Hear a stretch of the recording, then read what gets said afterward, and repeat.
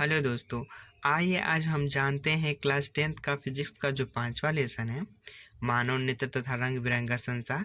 इसमें कौन कौन से क्वेश्चन अत्यधिक महत्वपूर्ण हैं। ठीक है, तो इसमें है कि मानव नेत्र क्या है। तो मानव नेत्र प्रकृति की एक ऐसी बहुमूल्य देन है जिसकी सहायता से मनुष्य दूर तथा पास वस्तु को स्पष्ट रूप से देख सकता है। उसके बाद से है कि मानव नेत्र का नामांकित चित्र सहित वर्णन कीजिए। तो आप इस डायग्राम की सहायता से दिखा सकते हैं, ऐसे जैसे कि इसमें दिखाया गया है। ठीक है,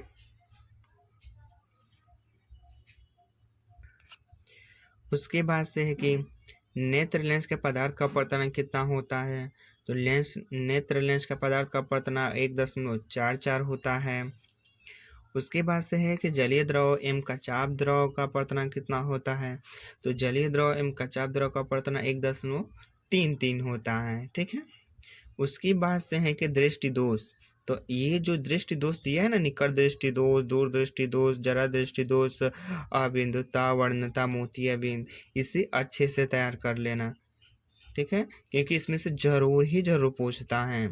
ठीक है, जैसे कि है कि निकट दृष्टि दोष, तो ऐसा दोष जिसमें निकट की वस्तु स्पष्ट रूप से दिखाई देती है परंतु दूर की वस्तु स्पष्ट रूप से नहीं दिखाई देती है, तो ऐसे दोष को निकट दृष्टि दोष कहते हैं।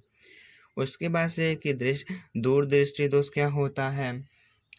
तो ऐसा दोष जिसमें दूर की वस्तु स्पष्ट रूप से दिखाई देती हैं परंतु निकट की वस्तु स्पष्ट रूप से दिखाई नहीं देती हैं, तो उसे क्या कहते हैं, दूरदृष्टि दोष कहते हैं।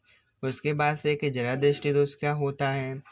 तो जरा दृष्टि दोष क्या होता है, तो आयु में वृद्धि के साथ साथ नेत्र की पशभावी मांसपेशियां दुर्लभ हो जाती हैं, जिसके कारण असमंजन क्षमता घट जाती है, जिससे व्यक्ति को दूर तथा निकट या दोनों ही स्थानों की वस्तु स्पष्ट रूप से दिखाई नहीं देती हैं। तो इसे हम क्या कहते हैं, जरा दृष्टि दोष कहते हैं।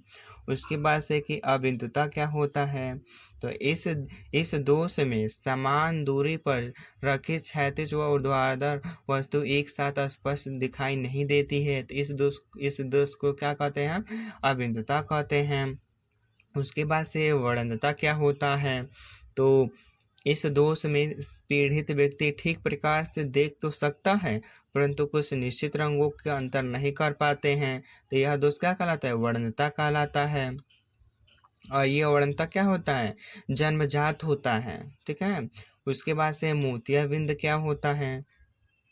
तो कभी कभी अधिक आयु के कुछ व्यक्तियों के नेत्र का क्रिस्टलीय लेंस दूधिया या धुंधला हो जाता है, इस स्थिति को मोतियाबिंद कहते हैं। ठीक है, इसे एकदम अच्छे से तैयार कर लेना क्योंकि इसमें से पूछता है। उसके बाद से है कि मानव नेत्र की समंजन क्षमता को स्पष्ट कीजिए। तो पशभावी मांसपेशियों के द्वारा नेत्र लेंस की फोकस दूरी को आवश्यकता अनुसार परिवर्तित कर लेने की क्षमता को क्या कहते हैं, मानव नेत्र की समंजन क्षमता कहते हैं। ठीक है, आई होप आपको अच्छे से समझ आया होगा। ठीक है, धन्यवाद।